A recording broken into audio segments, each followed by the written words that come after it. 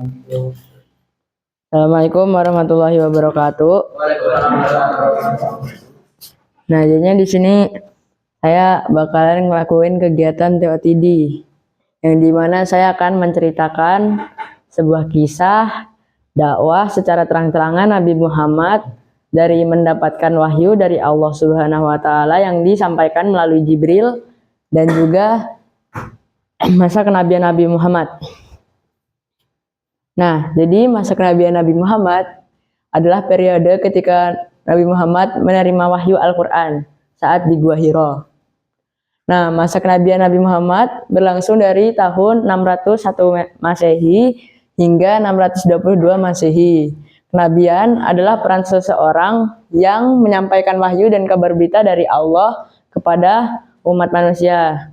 Nah, Nabi Muhammad ini menyebarkan dakwah-dakwahnya kepada kaum-kaum yang berada di Mekah, yaitu kaum Quraisy, dan juga dia juga sempat berhijrah, menyuruh sahabatnya berhijrah ke Habasyah.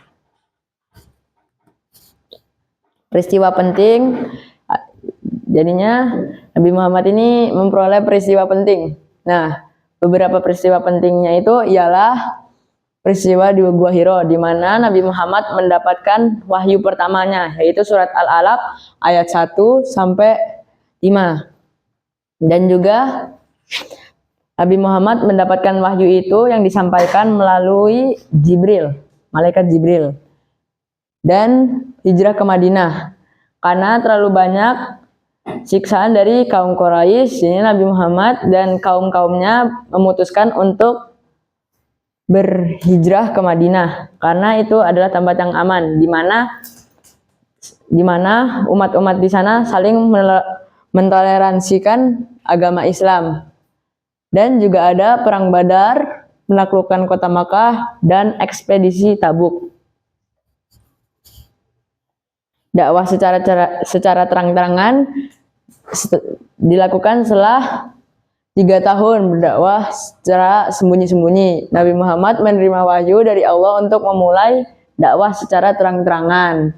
Perintah ini terdapat pada surat Al-Hijr ayat 94, di mana Nabi Muhammad disuruh oleh Allah Subhanahu wa taala untuk memberikan ilmu-ilmu pengetahuan yang diberikan oleh Allah Subhanahu wa taala. Nah, dari surat Al-Hijr ayat 94 yang berarti, maka sampaikanlah secara terang-terangan segala apa yang diperintahkan kepadamu dan berpalinglah dari orang-orang yang musyrik. Nah, strategi Nabi Muhammad dalam berdakwah itu yang pertama setelah dia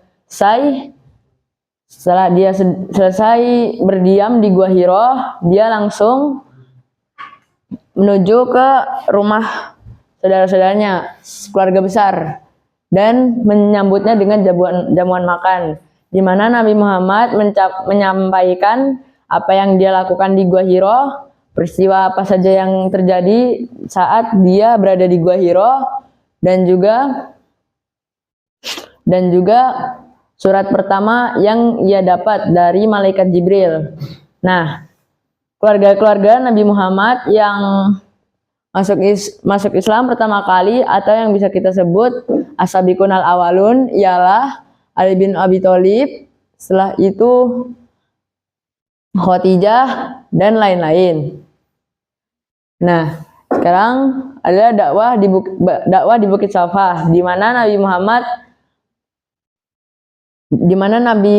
mendaki di Bukit Safa dan menceritakan kejadian-kejadian yang dia alami di depan umat-umat Quraisy, di mana Nabi Muhammad berteriak dengan tegas kepada umat-umat Quraisy dengan menyampaikan dakwah-dakwahnya. Tapi Abu Jahal, paman Rasulullah, tidak yakin, tidak percaya apa yang dikatakan oleh Rasulullah.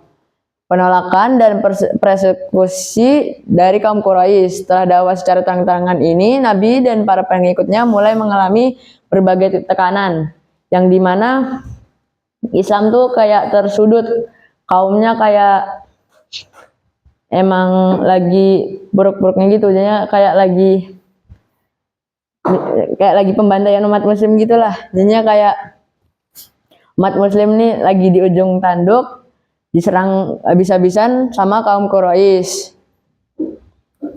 Ya, jadi Nabi Muhammad memutuskan untuk pergi ke Habasyah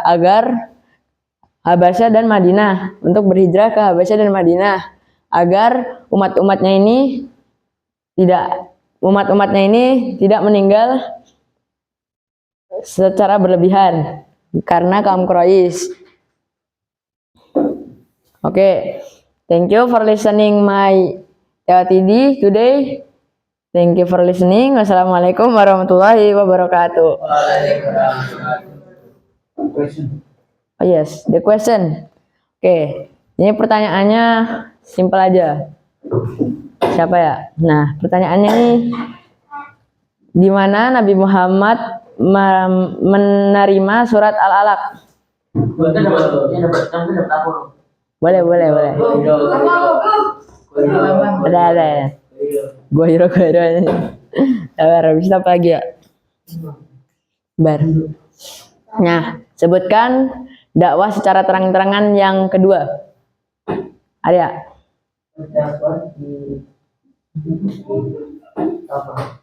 Hah? Oke, bener ya. Nanti anak kasih Apollo, insya Allah. Oke. Thank you.